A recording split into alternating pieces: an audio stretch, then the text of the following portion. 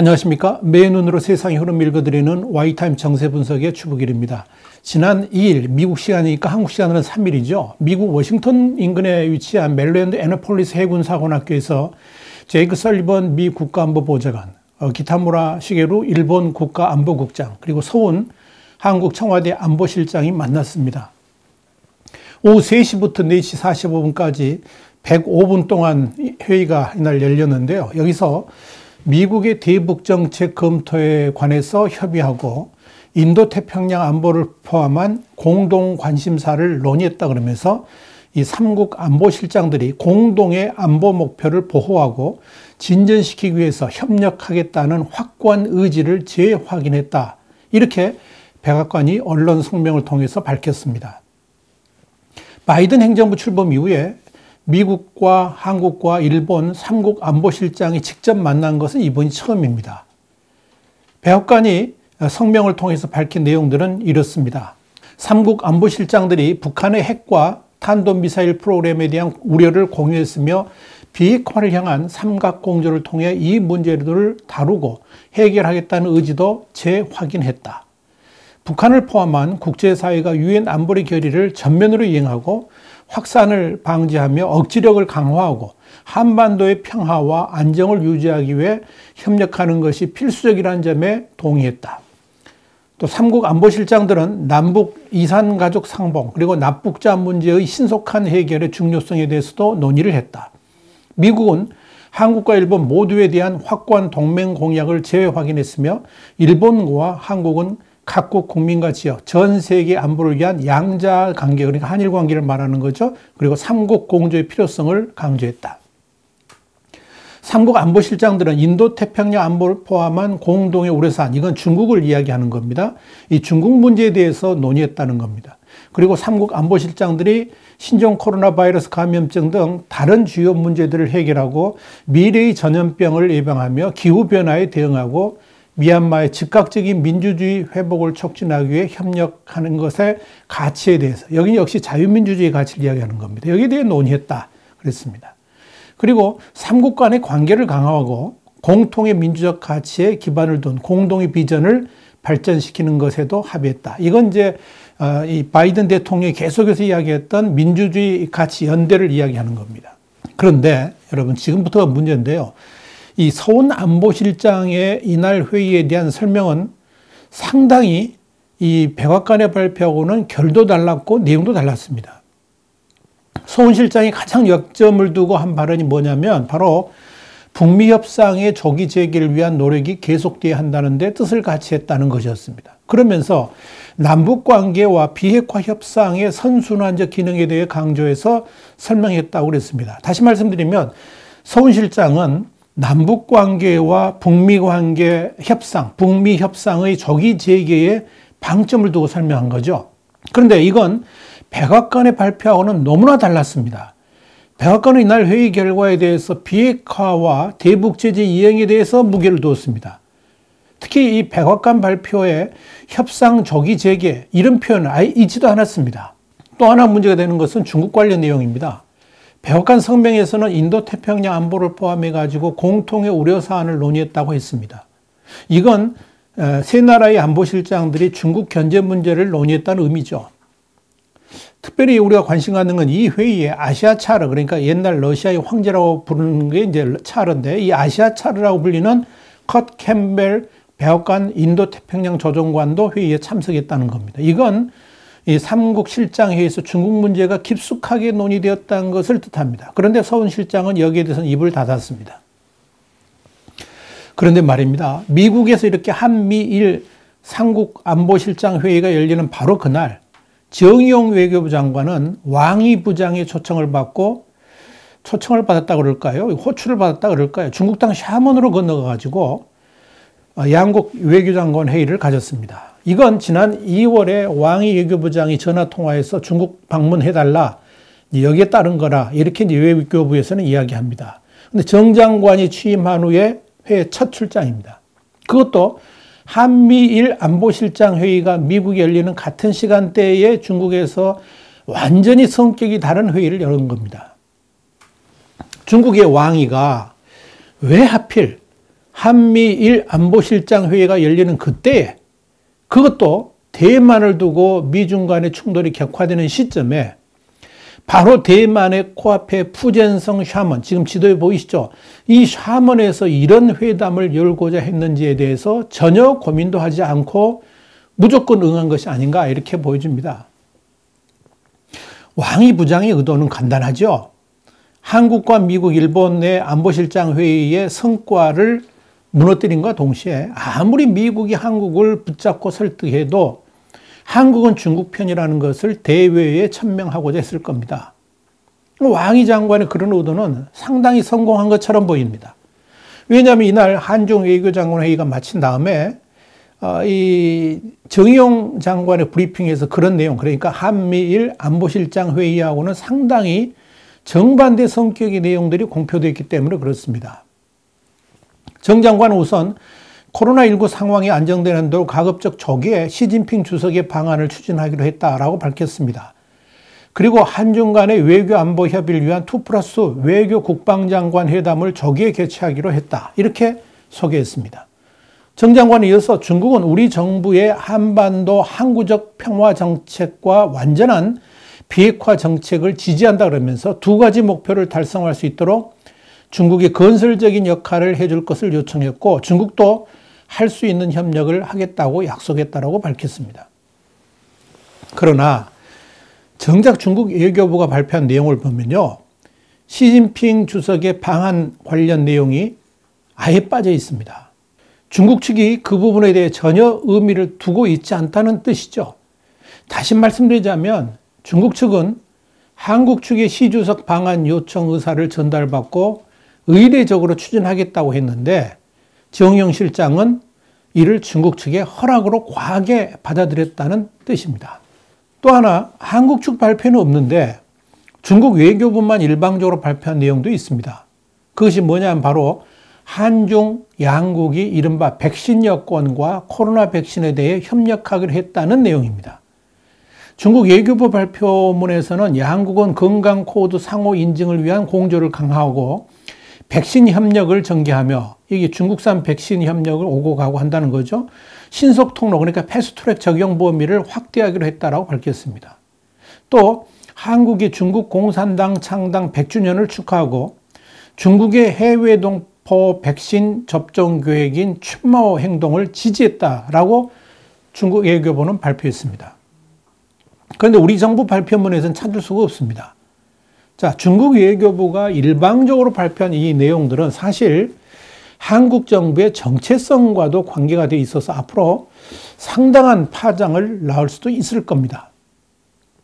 당장 중국판 백신 여권을 한국에서 그대로 인정하고 또 이제 중국산 백신을 오고 간다는 것은 이 중국산 백신, 그러니까 시노백의 효율성을 한국 정부가 국제적으로 인정해 주는 결과를 낳게 됩니다. 자, 그렇게 되면 중국산 백신의 국내 도입 문제도 자연스럽게 거론될 수밖에 없을 겁니다.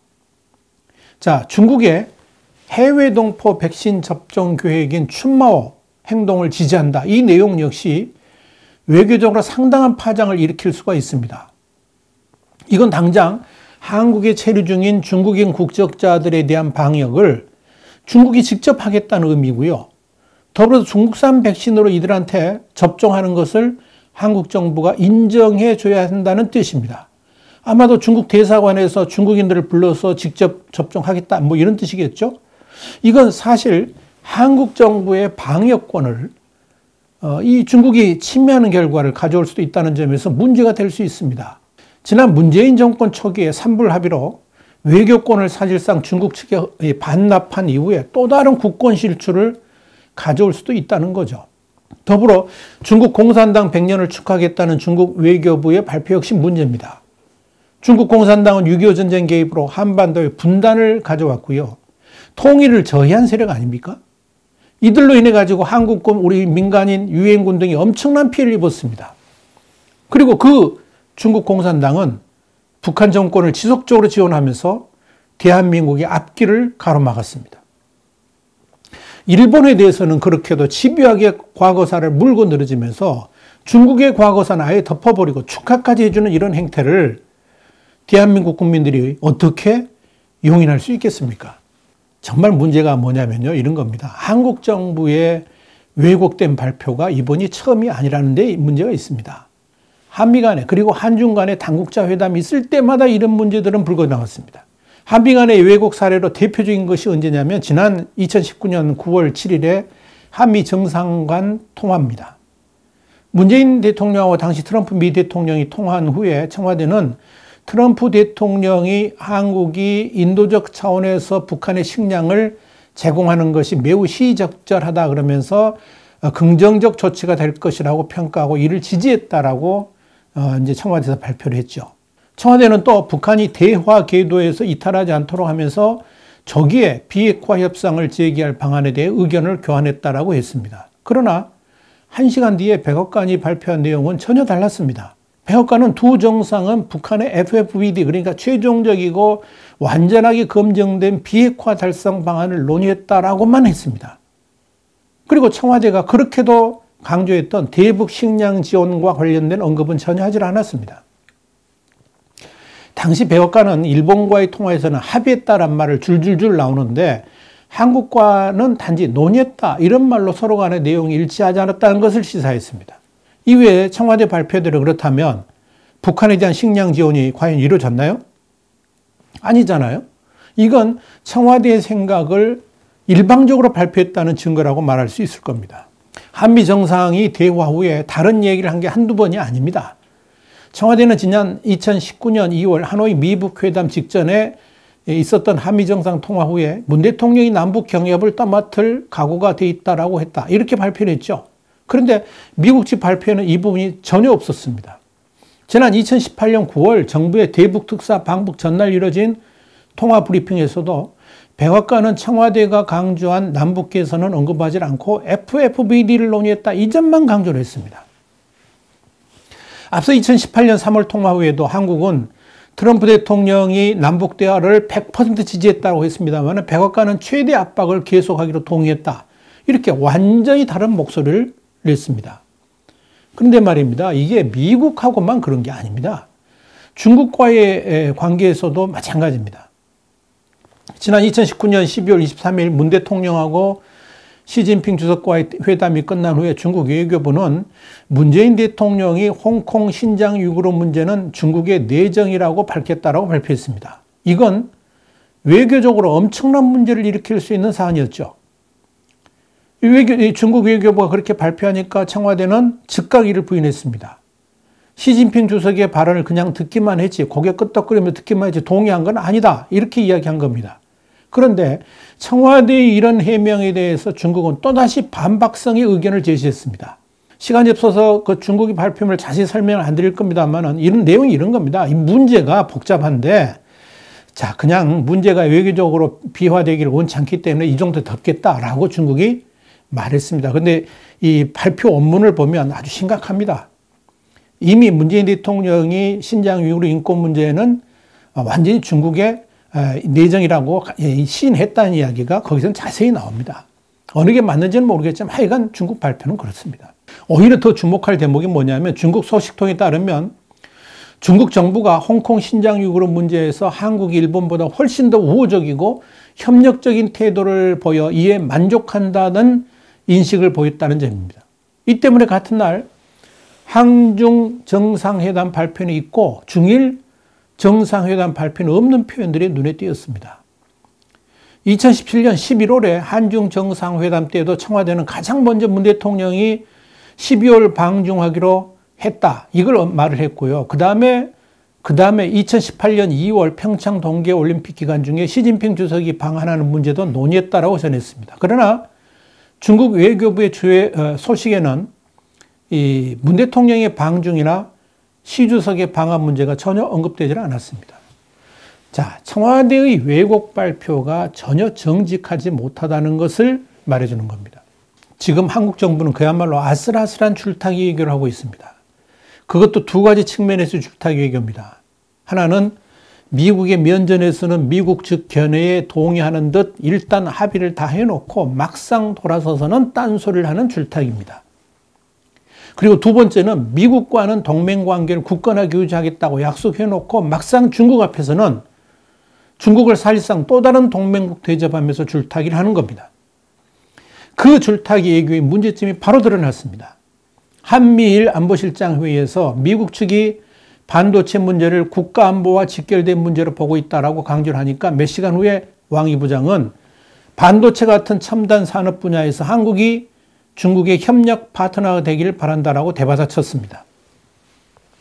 안보 문제가 경제 영역으로 확장되고 융합되는 현상이 뚜렷해지면서 과거처럼 안미 경중, 정치는 미국, 경제는 중국, 뭐 이런 정경분리 논리가 통하지 않게 되어가고 있는 상황에서 이제는 선택을 해야 될 시점임에도 불구하고 줄타기 외교를 한국이 자초하면서 문제가 심각해지고 있다는 이야기입니다. 특히 한중 외교장관 회의가 끝난 다음에 왕이 부장은 한중 경제는 고도로 융합돼 이미 이익 공동체가 됐다라고 했습니다. 특히 왕이 부장은 미국이 중국과의 경쟁에서 가장 민감하게 생각하는 분야인 반도체, 5G, AI 같은 첨단 기술에 대해서 한국 측이 협력 요청을 했다는 사실도 공개를 했습니다. 물론 우리는 전혀 그런 사실을 공개하지 않았죠.